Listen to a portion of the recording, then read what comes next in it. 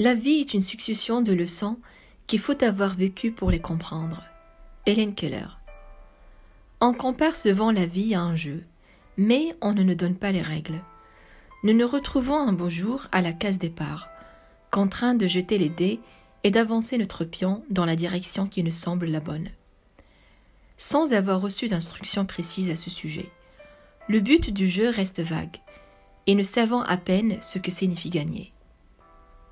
Apprenons à vivre avec notre corps. Le corps que vous avez reçu en partage restera le vôtre pendant toute votre existence. À vous de l'aimer ou de le haïr. À la minute où vous êtes venu au monde, vous avez reçu un corps, et que vous le vouliez ou non, c'est ce corps qui abritera votre esprit pendant toute votre vie. Votre personnalité est incluse dans ce corps. Tous les espoirs, les rêves, les peurs, les aspirations, les pensées et les convictions qui font de vous un être unique et irremplaçable. L'esprit et le corps sont appelés à faire ensemble tout le voyage, et pourtant ce sont deux entités bien distinctes. La destination de votre enveloppe charnelle est de servir de tampon entre votre être intime et le monde extérieur, et de vous transporter à travers l'existence. C'est aussi grâce à lui que vous apprendrez quelques-unes des leçons les plus fondamentales de la condition humaine. Si vous êtes attentive aux enseignements et aux cadeaux que votre corps vous offre, vous n'en serez que mieux préparé à conquérir la sagesse et la paix. C'est grâce à lui que vous accéderez aux connaissances de base qui vous permettront de progresser ensuite. Le corps que vous avez reçu en partage restera le vôtre pendant toute votre existence, de votre premier souffle à votre dernier soupir. Libre à vous de l'aimer ou de le haïr, de l'accepter ou de le rejeter.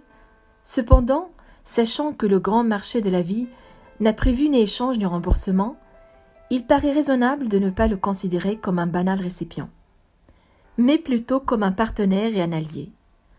La relation qui s'établira entre votre corps et votre esprit est essentielle. C'est sur ce modèle que se forgeront tous vos rapports avec les autres. Chacun de nous entretient avec son corps des rapports différents. Certains le considèrent comme un écrin idéal, parfaitement adapté à leur esprit et à leur âme. D'autres ont le sentiment d'être pris au piège, dans une enveloppe qui trahit leur vraie nature. Peut-être êtes-vous de ceux qui estiment que leur corps et leur esprit vont bien ensemble et qu'ils entretiennent des rapports satisfaisants, ou peut-être êtes-vous mécontent de votre physique parce que vous aimeriez être plus fort, plus mince, en meilleure santé, plus séduisant, moins maladroit. Peut-être même votre corps et votre esprit se sentent-ils étrangers l'un à l'autre, comme si un ouvrier distrait avait commis une erreur de montage. Peu importe votre opinion à son égard, ce corps est le vôtre, et votre relation mutuelle aura un impact considérable sur l'ensemble de votre existence.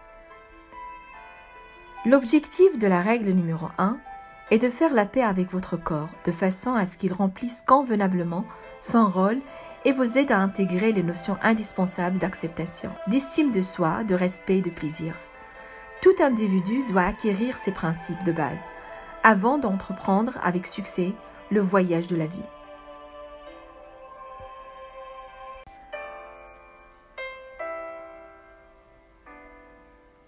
L'acceptation. À mon avis, lorsque nous nous aimons vraiment et que nous nous acceptons tels que nous sommes, tout marche mieux dans la vie. Louise Hay. Si vous êtes de ces rares privilégiés qui considèrent d'ores et déjà leur corps tel qu'elle est, avec ses forces et ses faiblesses, comme un véhicule parfait, vous avez assimilé cette première leçon, et il est inutile de s'attarder.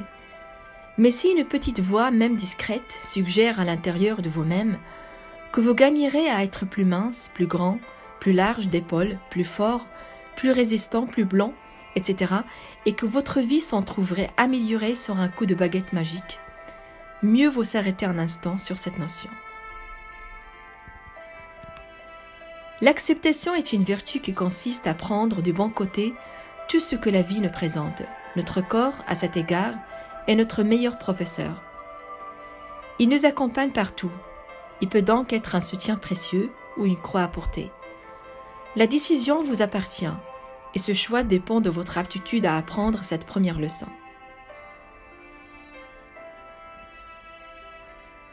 L'apparence physique est pour beaucoup de gens la cible des jugements les plus sévères et l'une à laquelle ils mesurent leur valeur. Ils se fixent des objectifs impossibles à atteindre et se tiennent greffe de ne pas parvenir à la perfection. Dans la mesure où notre enveloppe charnelle est la forme sur laquelle nous apparaissons aux autres, nous nous définissons à travers elle, et la plupart du temps, c'est ainsi que les autres nous définissent. Or, la façon dont vous considérerez votre corps est étroitement liée à la façon dont vous aurez su assimiler la leçon de l'acceptation. Imposer à votre corps des jugements sévères limite les occasions d'occuper son temps de façon intéressante.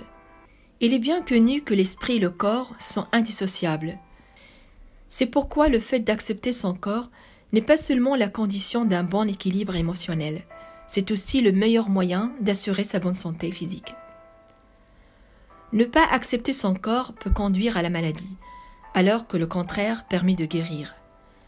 Les médecins eux-mêmes s'accordent à reconnaître que l'acceptation de soi est la clé d'une bonne santé physique et mentale.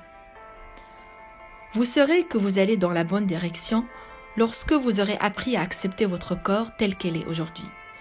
S'accepter complètement, sans arrière-pensée, suppose que l'on cesse de croire qu'il faut absolument changer quelque chose pour être digne de l'amour de quelqu'un, à commencer par l'amour de soi-même. Est-ce que cela signifie qu'il faut renoncer à améliorer son corps ou qu'il faut se résigner à accepter tel quel ce qu'on a reçu? Bien sûr que non. Il est tout à fait naturel et humain de vouloir être au mieux de sa forme. Mais il faut absolument cesser de critiquer et de juger systématiquement son corps, de lui chercher des défauts à tout prix, même quand tout va pour le mieux. Il est important, lorsqu'on veut modifier quelque chose, de le faire pour se sentir bien, et non pour corriger une imperfection. Lorsque vous avez envie de changer votre coiffure ou de muscler vos biceps, demandez-vous si vous espérez que ce changement, une nouvelle couleur de cheveux, une nouvelle robe, une crème anti-rides, la liste est longue, vous rendra plus heureux ou plus heureuse. Si la réponse est oui, soyez sincère avec vous-même. Il vaudrait mieux passer un peu de temps à réfléchir intérieurement à la meilleure façon de s'accepter, plutôt que de dépenser du temps et de l'argent à poursuivre en vain une solution extérieure. Par quoi commencer? Par un état des lieux, en sachant que le seul verrou qui bloque la porte de la prison se trouve dans votre tête. Vous pouvez parfaitement continuer à combattre la réalité de votre corps et à gémir amèrement sur vous-même, ou alors vous pouvez trouver le déclic et vous accepter tel que vous êtes, ce qui ne change rien au fait. Acceptation ou rejet n'ont de poids que dans votre esprit. Vous n'avez aucun moyen de savoir objectivement à quoi ressemble votre corps. Alors pourquoi ne pas opter pour le confort moral de l'acceptation plutôt que pour la souffrance du rejet? La décision vous appartient. L'estime de soi. Personne ne peut vous obliger à vous sentir inférieur sans votre consentement. Eleanor Roosevelt. Se porter de l'estime, c'est penser que l'on est capable d'affronter les épreuves de la vie. Ce sentiment est aussi indispensable que l'air que nous respirons, et tout aussi peu tangible. Il vient des profondeurs de notre être, il transparaît à travers chacun de nos actes, du plus banal au plus sublime. C'est la pierre angulaire de notre psyché. Si vous avez besoin de cultiver votre confiance en vous, les épreuves ne manqueront pas de se présenter, jusqu'à ce que vous soyez conscient de votre valeur.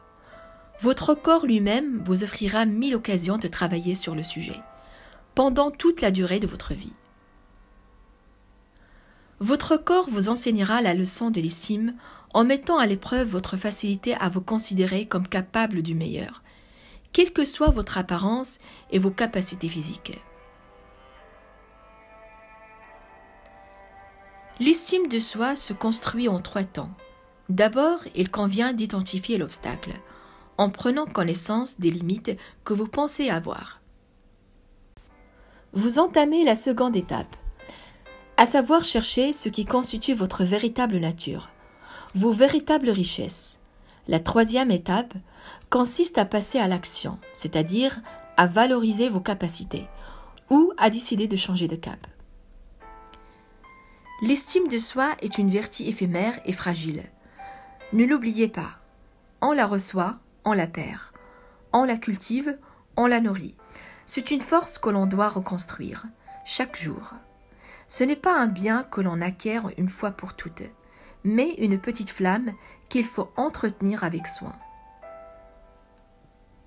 Le respect. Votre corps est le véhicule qui vous transporte à travers la vie. Vous n'en aurez pas d'autre ici-bas. Aimez-le, respectez-le, chérissez-le et traitez-le bien. Respecter son corps, c'est ne rien négliger qui puisse contribuer à son bien-être. Traitez votre corps avec respect, comme vous le feriez de tout objet précieux et irremplaçable. C'est une condition essentielle de la vie. Si vous respectez votre corps, vous faites équipe avec lui, vous plongez en lui vos racines et vous acceptez tous les cadeaux qu'il vous fait. Le respect entraîne une synergie. Votre corps et votre esprit auront l'un pour l'autre les mêmes égards. Si vous traitez votre corps en ami, il réagira de même. Si vous obstinez à lui faire violence, il se dérobera jusqu'à ce que vous ayez assimilé la leçon du respect. Bien sûr, nous sommes tous différents sur le plan physique. Nous n'avons pas tous la même connaissance, ni peut-être la même patience. Il n'existe pas de formule standard et chacun de nous doit trouver celle qui convient. Le régime idéal n'est pas le même pour tous, non plus que nos besoins de sommeil. Il est donc très important, pour accorder à notre corps le respect qui lui est dû, d'être attentif à son propre biorhythme. Respecter son corps n'est pas une attitude facile dans un monde dominé par les excès et les tentations. Connaître ses propres besoins est malaisé. Suivre l'exemple de ceux qui nous entourent sans se poser de questions est une attitude beaucoup plus confortable. Bien sûr, on peut se permettre un petit écart de temps en temps, mais pour revenir aussi vite que possible dans le droit chemin. Si vous savez que vous digérez mal les plats épicés, à vous de savoir si vous acceptez le risque d'être malade ou si vous décidez de passer à autre chose. Traitez votre corps avec respect et déférence. Il vous rendra l'appareil. Sachez lui poser les bonnes questions. Écoutez ses réponses et tenez-en compte. Le plaisir. Soyez heureux d'être vivant, ce n'est pas un péché. Le plaisir est la manifestation physique de la joie de vivre. Notre corps nous enseigne le plaisir par le biais de nos 5 sens. Lorsqu'on se laisse aller à une sensation agréable ou à une réaction spontanée du bien-être, le plaisir s'installe.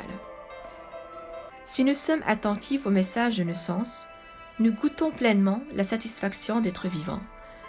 Le plaisir est véhiculé par la vue. C'est le cas lorsque nous admirons un magnifique coucher de soleil. Ou par le goût, si nous mordons dans notre fruit préféré. Il peut naître d'une musique sauve ou de la caresse d'un amant. La leçon du plaisir n'est pas bien difficile à apprendre. Il suffit de lui ménager un espace dans notre vie. Quelle part de plaisir acceptez-vous de vous accorder? La plupart des gens se fixent une sorte de quota invisible. Ils vivent une existence si bousculée qu'ils considèrent le plaisir comme un luxe et pensent qu'il leur reste peu de temps à lui consacrer. Pourtant, si le plaisir est absent de votre existence, celle-ci risque fort de ne pas se dérouler aussi bien que prévu. Cueillez dès aujourd'hui les roses de la vie, conseille le poète. Vos sens ont besoin de temps à autre d'un bain de jouvence. C'est un lubrifiant indispensable au bon fonctionnement du rouage. Faute de quoi, vous risquez la panne. Quelle activité vous procure du plaisir? Quelle que soit, pratiquez-la. Et pratiquez-la souvent. Le sentiment de légèreté que vous en retirerez est absolument essentiel pour votre corps et pour votre esprit.